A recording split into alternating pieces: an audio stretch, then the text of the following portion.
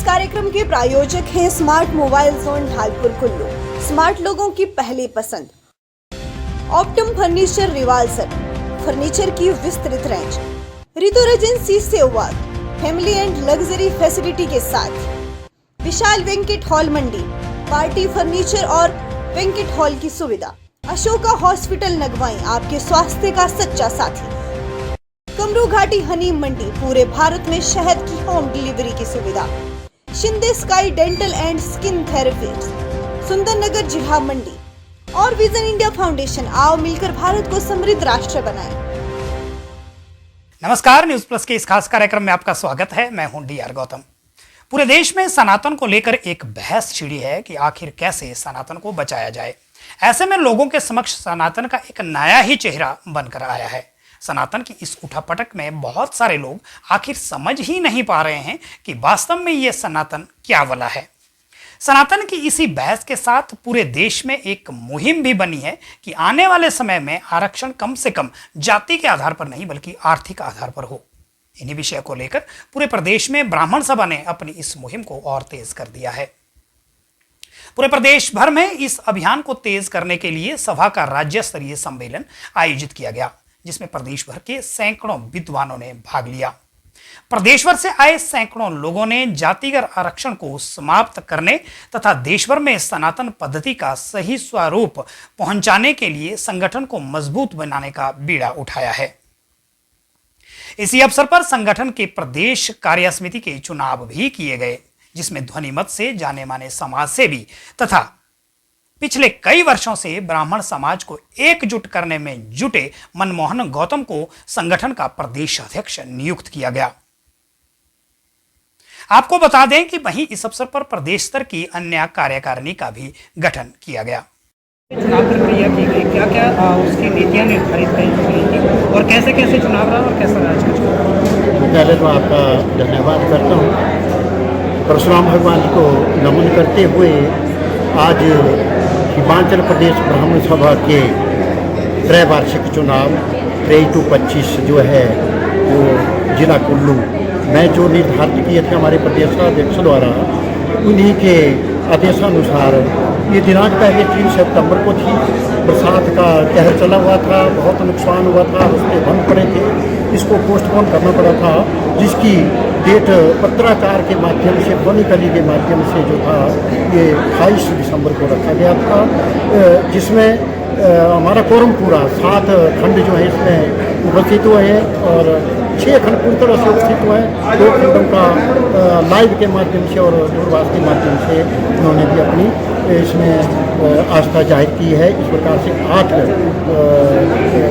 जिलों की तरफ से जो है ये चुनाव आज जो बहुत ही अच्छे ढंग से सहानुभूति के साथ और सर्वसम्मति से जो है प्रदेश के चुनाव करवाए गए। कितने डेलीगेट्स चुने गए और प्रदेश अध्यक्ष किसको नियुक्त किया गया और जिला अध्यक्ष किया? जी, डेलीगेट्स का 10+3 प्रति जिला से 10 डेलीगेट्स और 3 पादेन, अध्यक्ष, सचिव और कोषाध्यक्ष ये जो है इसमें पादेन होते हैं। सर्वप्रथम तो जिला कुल्लू के लिए प्रधान पद के लिए, और ये मंतव्य हमारे बैलेंस क्योंकि आज तक अभी जिला कुल्लू से प्रदेश का अध्यक्ष नहीं चुना गया था। इस प्रकार से जो था सर्वप्रथम जो था जिला कुल्लू के लिए अध्यक्ष पद के लिए हमारे गौतम जी, मनमोहन गौतम जी का नाम प्रस्तुत हुआ और सभी ने ध्वनिमत से इनका अनुमोदन किया, तो तालियां बजा करके सर्वसम्मति से इनका जो है प्रदेश अध्यक्ष के लिए चयन किया। भले ही ये चुनाव बेहद शांतिपूर्ण तरीके से हो गए, किंतु यहाँ आपको बता दें कि संगठन के नवनियुक्त प्रदेश अध्यक्ष मनमोहन गौतम पिछले कई वर्षों से पूरे हिमाचल में ब्राह्मण समाज को एकजुट करने में जुटे हैं।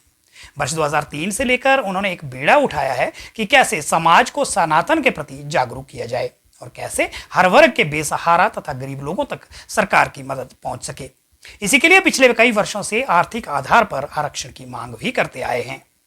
नवनियुक्त प्रदेश अध्यक्ष मनमोहन गौतम ने उनके मिशन को लेकर कुछ सवाल हमने भी किए। आइए आखिर क्या है उनका मिशन। जैसे कि आप इसके बारे में संगठन के लिए आगे की कैसे आगे क्या करें?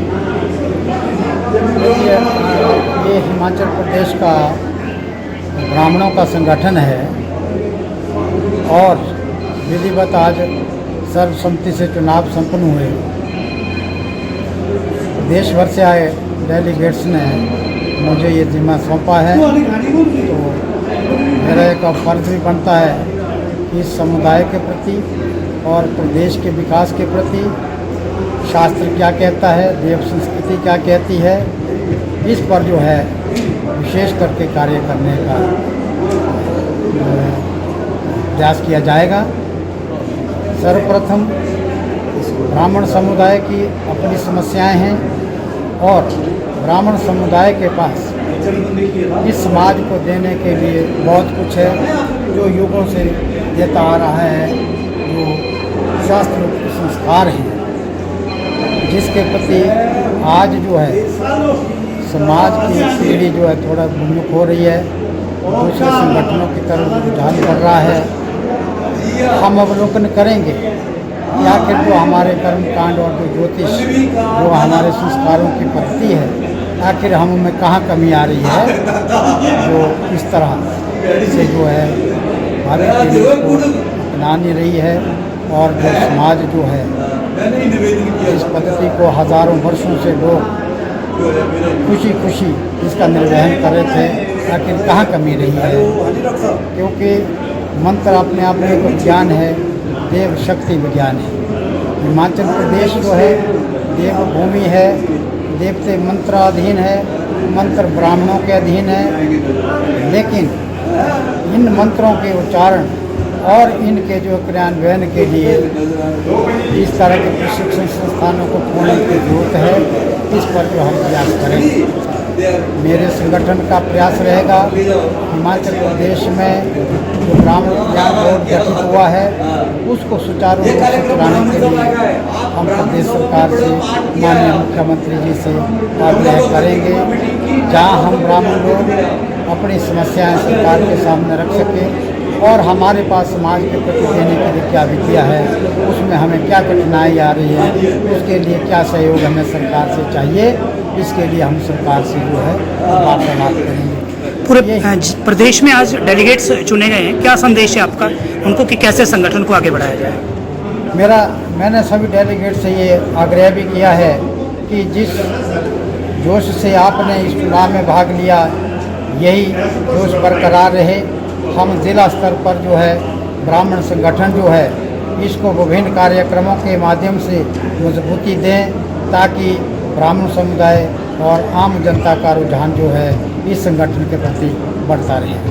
उदाहरण के तौर पर हिमाचल प्रदेश करना चाहते हैं कि ब्राह्मणों की और ब्राह्मण सभा की ये सोच है कि हिमाचल प्रदेश को ऑर्गेनिक स्टेट बनाने के लिए पशुधन को रोकने के साथ साथ हिमाचल प्रदेश में जो है पशु कल्याण बोर्ड भी गठित किया जाए, ताकि गौ के अलावा भी जो हमारे यहाँ जानवर है उनके संरक्षण और संवर्धन पर भी चिंतन हो। इसके साथ ही हम देव संस्कृति का के संरक्षण और संवर्धन के लिए जो हमारी देव संस्कृति है, क्योंकि मंत्र जो है वो ब्राह्मणाधीन है और यहाँ की जो पूजा पद्धति वो कैसी हो, इसको जो चली है परंपरागत, वो यथावत बनते हुए शास्त्रोक्त और क्या इसमें विधान किए जा सकते हैं, मेरा ब्राह्मण संगठन इस पर भी निवेदन करेगा। मेरा प्रयास रहेगा कि हिमाचल प्रदेश ब्राह्मण सभा सरकार से आग्रह करेगी कि हर जिला स्तर पर जो है पुरोहित प्रशिक्षण और पूजा प्रशिक्षण केंद्र खोले जाएं, ताकि पूजा पद्धति को हम सनातन और सनातन की दृष्टि से कर पाएँ। इसके लिए जो है पुरोहित परंपरा जो प्रदेश में खत्म हो रही है, ये पुरोहित परंपरा शुरू करने के लिए पुरोहित प्रशिक्षण पर जो है ज़्यादा तरजीह जाएगी। हमारा ये सरकार से आग्रह रहेगा, क्योंकि जो हमारे मंदिर अधिकृत मंदिर है, तो मंत्रों की शक्ति जो है पुरोहितों के मंत्रों से उजागर हुई है और आज ये पुरोहित बनने कम हो रहे हैं। इन पुरोहितों को पुनः से जो एक परंपरा शुरू करने के लिए जो इन मंदिरों की आय का 25% जो है भाग वो ब्राह्मण कल्याण बोर्ड में दिया जाए, जिसके माध्यम से हम ब्राह्मण लोग जो है अपने जो हमारी विद्या है, हमारे जो अनुभव है, हमारे जो कर्मकांड की पद्धति है, इसको हम सुचारू रूप से चला करके इस समाज के लिए हम दे पाए। पिछले कई वर्षों से ब्राह्मण सभा को कुल्लू जिला में संगठनात्मक मजबूती दिलाने के लिए पूर्व पर्यटन अधिकारी देवराज शर्मा कुल्लू जिला की कमान संभाले हुए हैं और वर्तमान में कुल्लू जिला के अध्यक्ष भी हैं। न्यूज प्लस से लंबी बातचीत करते हुए उन्होंने कहा कि सभा कुल्लू जिला में वैदिक पर्यटन को बढ़ावा देने का कार्य कर रही है। इसके अतिरिक्त कर्मकांड तथा ज्योतिष जैसे विषय को लेकर भी कार्य कर रही है ताकि आने वाली पीढ़ी को इसकी सही से जानकारी मिल सके। हमारे साथ ब्राह्मण सभा के जिला कुल्लू के अध्यक्ष देवराज शर्मा जी हैं। शर्मा जी, आप बताएंगे कि आज जो प्रदेश स्तरीय एक संगठन बनाया गया, विस्तार दिया गया उस संगठन को, क्या उद्देश्य है और किन उद्देश्यों के लिए एक पूरे प्रदेश में कार्य करना है? आज प्रदेश स्तर का अधिवेशन कुल्लू में किया गया और ये अधिवेशन जो है पुराना जो हमारी कमेटी थी ब्राह्मण सभा का कार्यकारिणी थी उसको भंग कर दिया गया, तो उसका अपना टेन्योर पूरा हो गया था 3 साल। अब नई कमेटी का आज गठन किया गया। नई कमेटी का गठन इसलिए किया गया कि हम जो ब्राह्मण परिवार में लोग हैं, ब्राह्मण जन कल्याण में लोग हैं, हमारा काम है सेवा करना, हमारा काम है लोगों की सेवा करना, लोगों को आशीर्वाद देना और जो जिस ज़रूरतमंद आदमी है उसकी मदद करना। हम हर तरह से उसकी मदद करते हैं, चाहे वो पूजा में है, चाहे वो पाठ में है, चाहे यज्ञ पुरुष में है, चाहे शादी में है, चाहे ब्याह में है। तो हमारा ये पहला ये रहता है कि हम ऐसे आदमी की मदद करते हैं और हमने शिविर में चलाए। उन शिविरों में जैसे एकादशी का, पूर्णिमा का, जब यज्ञ पवित होता है, कोई कथा का होता है, दूसरा ये होता है, उसमें जो असहाय आदमी है जो नहीं अफोर्ड कर सकता उसकी हम बींगे ब्राह्मण जो होगा पूरी तरह से मदद करें। हमारी ये कमेटी इस बार तो हमारी कमेटी का जो अध्यक्ष है वो कुल्लू से मनोनीत हुए मनमोहन गौतम, जो हमारे ब्राह्मण सभा के संस्थापक भी रहे हैं और बड़े कर्मठ कार्यकर्ता इस परिवार के रहे हैं, ब्राह्मण परिवार के। हमें उम्मीद है कि नई जो कमेटी अभी बनी है जिसमें जिला स्तरीय कमेटी के तो ऑलरेडी इलेक्शन हो गया थे, ये हमारी स्टेट लेवल की कमेटी बनी है। नई कमेटी जो है कोई कमी नहीं छोड़ेगी। आपके पास पूरे कुल्लू जिला का प्रभार है, लंबे समय से हैं आप, पिछले कई वर्षों से आप अनेक कार्यों में सेवारत रहे, पर्यटन विभाग में रहे लंबे समय से। कुल्लू जिला की कमान आपके पास है, आपका क्या विज़न है कि किस तरह से कुल्लू जिला में इस संगठन को और मजबूती दिलाई जाए? कुल्लू जिला के लिए हमारी कई प्रपोजलें बनी हैं। हम एक धार्मिक टूरिज़्म कुल्लू में चलाना चाहते हैं जिसके लिए ब्राह्मण परिवार दृढ़ संकल्प। हमारे कई बार जिलाधीश महोदय से भी बात हुई है, इससे पहले जो जिलाधीश थे उनसे भी बात हुई है, उससे पहले जो जिलाधीश थे उनसे भी बात हुई है। हमने कहा है और उन्होंने भी इस हमारे कदम को जो बड़ा ऐतिहासिक कदम बनाया। हम एक यहाँ के जो सांस्कृतिक मंदिर है, सांस्कृतिक धरोहर है, हमारी देवी देवताओं के स्थान है जो अनछू है, जहाँ लोग नहीं पहुँच पाते हैं, उनका हमारा एयरपोर्ट के अपोजिट में दफ्तर है। वहाँ हम ठीक से एक वेबसाइट भी बना रहे हैं और उसके साथ साथ एक मानचित्र भी डाल रहे हैं और सरकार के समक्ष में भी हम उन मंदिरों की दशा और दिशा जो है सम्मुख रखेंगे। क्योंकि मैंने भी पर्यटन में कई साल काम किया है, 30-35 साल काम किया है, तो मुझे इस लाइन का तजुर्बा भी है और मेरी सारी टीम भी इसमें मदद कर रही है, चल रहे हैं। तो अभी तो बीच में थोड़ा कोरोना की प्रॉब्लम रही, उसके बाद ये जो डिज़ास्टर मैनेजमेंट में फ्लड की प्रॉब्लम रही, इसके बाद अब थोड़े सक्रिय हो रहे हैं। मैं कल भी मनाली था, कल हमारा वर्ल्ड टूरिज़्म डे था, तो देख रहा था कि अब चहल पहल आनी शुरू हो गई है, सड़कों के हालात भी पहले से बेहतर हो गई है। मैं कल मनाली गया, जिससे पहले हमें 2.5-3 घंटे मनाली पहुंचने में लगते थे, कल मैं टाइम नोट कर रहा था, मैं 1 घंटा 10 मिनट में मनाली पहुंचा। That is not much. और 1 घंटा 10 मिनट में वापस पहुंचा।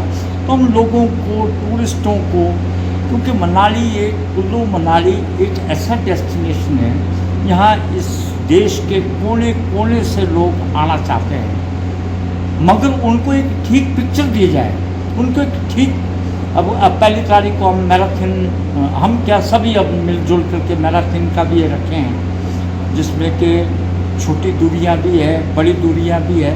तो ऐसे हम हाईलाइट करने की कोशिश कर रहे हैं। वैसे भी मैं शिमला से रिटायर हुआ, मेरे पास पूरे हिमाचल का एडिशनल जनरल मैनेजर का चार्ज था। मैं सब दफ्तरों में संपर्क में रहता था, बॉम्बे में, गुजरात में, बेंगलोर में, कलकत्ता में, दिल्ली में। उनको भी हम आज की डेट में भी हम मैसेज भेजते रहते हैं कि लोगों को अवगत कराइए कि मनाली की स्थिति अब बिल्कुल सामान्य हो गई है, टूरिस्ट को आने में किसी किस्म की कोई दिक्कत नहीं है।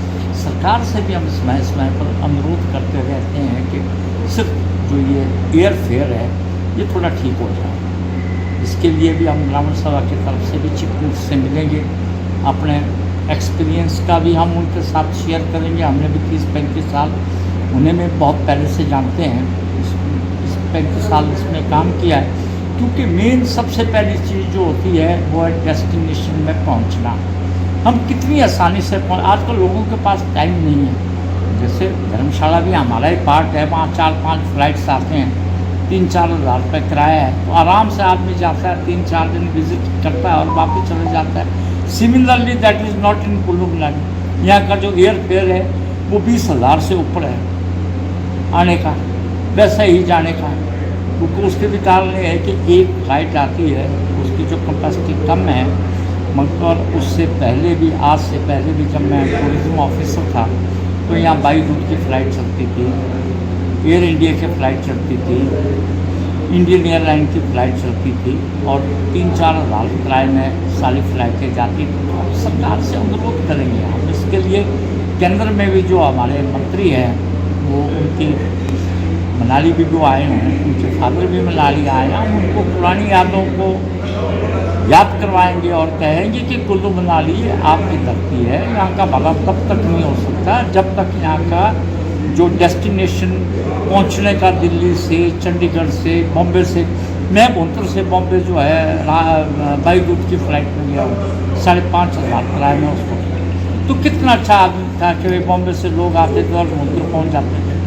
बाईरूट चलाता था और बाईरूट तो ख़त्म हो गया, अब ये दूसरी है। तो ऐसी कई चीज़ें हैं, कई बातें हैं जो ब्राह्मण सभा के कार्य के क्षेत्र से भी बाहर है। ब्राह्मण सभा का भी जहाँ तक ख्याल है, हम एक अपनी पत्रिका भी बनाएंगे। दिक्कत हमने देखा कि अभी रक्षाबंधन थी, रक्षाबंधन 2 दिन, पूर्णमासी 2 दिन, एकादशी 2 दिन, ऐसा बड़ी कन्फ्यूजन है लोगों में, एक अच्छा संदेश नहीं जाता।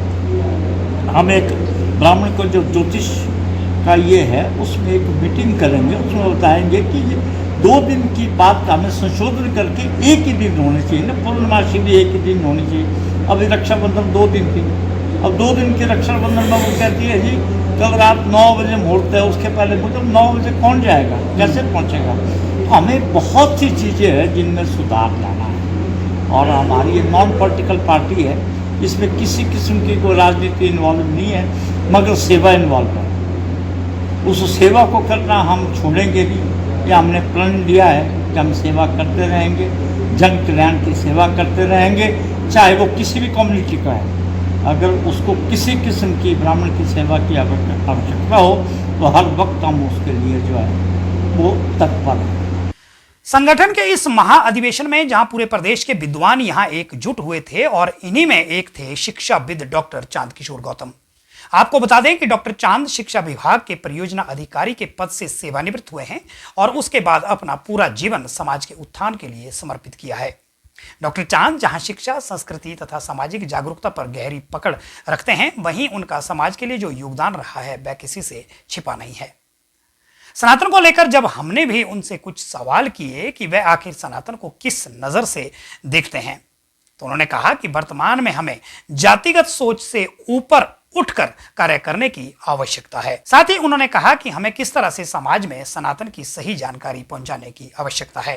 के दौरान डॉक्टर चांद किशोर शर्मा जी लंबे समय से सनातन के लिए काम कर रहे हैं, लंबे समय से संस्कृत भारती से जुड़े हुए, पूरे प्रदेश ही नहीं पूरे भारत में हमारे समाज को, हमारी संस्कृति को जागरूक करने के लिए अलग लगाए हुए। तो आज के चुनाव को किस उद्देश्य से देखते हैं? धन्यवाद। सर्वप्रथम आप लोगों का बहुत बहुत धन्यवाद। आप लोगों ने इस दिशा में कुछ अपना कदम पदार्पण किया है। और मैं चाहता हूं कि आज का समाज जो है सनातन पद्धति को लेकर जिस प्रकार से सवाल उठ रहे हैं वो सब समझने की ज़रूरत है। आप सब लोग जानते हैं कि भारतीय जो संस्कृति है वो एक सनत सनंदन ऋषियों द्वारा आरंभ की गई एक परंपरा है और ऋषि मुनियों ने इस परंपरा को और सुदृढ़ करने के लिए कुछ नियमावली जो है हमारी वैदिक साहित्य, ब्राह्मण साहित्य, संस्कृति, स्मृति आदि ग्रंथों में, ऋषि उपनिषदों में और शिक्षा ग्रंथों में बहुत सारे हमारे जो मार्ग हैं वो प्रशस्त किए हैं। और मुझे लगता है कि ज्ञान अभाव में बहुत सारे सनातनी जो है वो अपने मुखारविंद से हर कुछ सनातन के लिए कह रहे हैं। मुझे लगता है कुछ कहने से पहले हमें उसके बारे में अच्छी सी समझ हो, जानकारी हो। और मैं यह कहने से पीछे नहीं हटूंगा कि दुनिया को आज तक इंसान को जीने का मार्ग जितना सरल, सरस और समरसता के साथ सामाजिक इसमें जीने का जो संदेश सनातन पद्धति में दिया है, इतना शायद मुझे दूसरी पंथों में दिखाई नहीं देता है। और मैं यहाँ ये कहना भी चाहूँगा, आज पूरी दुनिया में केवल शांति के लिए यदि कोई धर्म काम कर रहा है तो उसमें हिंदू धर्म या हमारा जो सनातन पद्धति है वही सबसे आगे है। और ये भी कहना चाहूँगा कि जितना कुछ हमें सनातन पद्धति में मिला है शायद हम उसको अभी आंशिक रूप से जानते हैं, इसीलिए हम बहुत सारी अनर्गल बातें अपने मुख से कह रहे हैं। तो मैं इतना ही कहना चाहूँगा, पहले अपने इस सनातन पद्धति को अच्छी प्रकार से जानें, समझें। आप स्मृति ग्रंथों का अध्ययन करें, आप ऋषि मुनियों द्वारा प्रचारित स्मृति ग्रंथों का अध्ययन करें, शिक्षा ग्रंथों का अध्ययन करें। मैं शिक्षा इनकी जो हमारे उपांग है, षडांग है, 6 जो अंग है वैदिक इसके, उसका अध्ययन करने की आवश्यकता है। मुझे लगता है उसके बाद ही हम अच्छे से सनातन पद्धति को समझेंगे और इसको हर तरफ से हम स्वीकार भी करेंगे। और मुझे लगता है कि इससे बेहतर मानवता का जीने का कोई और मार्ग नहीं हो सकता है। धन्यवाद।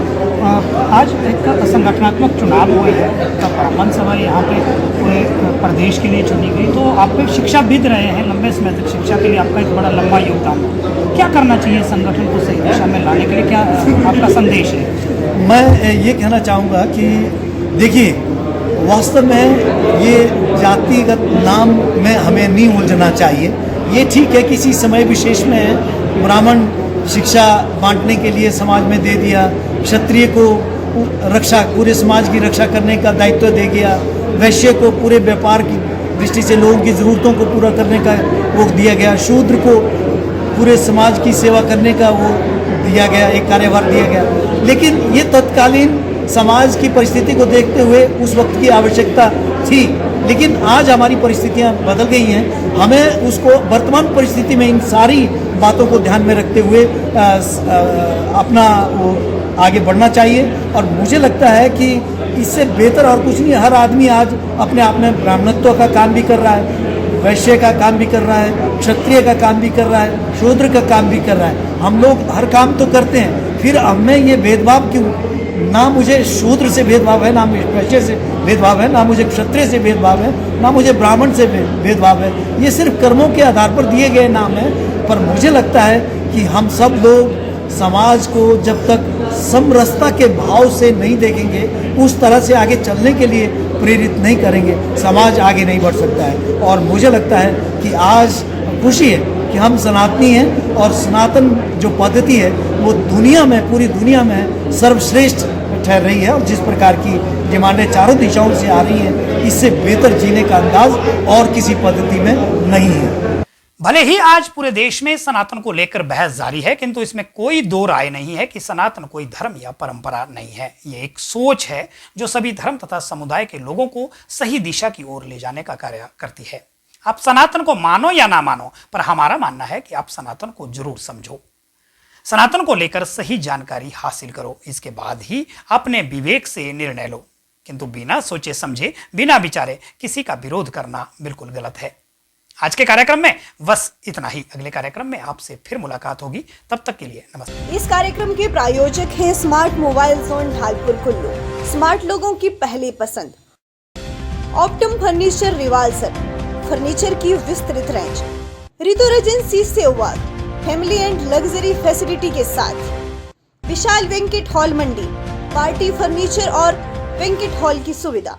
अशोका हॉस्पिटल नगवाई, आपके स्वास्थ्य का सच्चा साथी। कमरू घाटी हनी मंडी, पूरे भारत में शहद की होम डिलीवरी की सुविधा।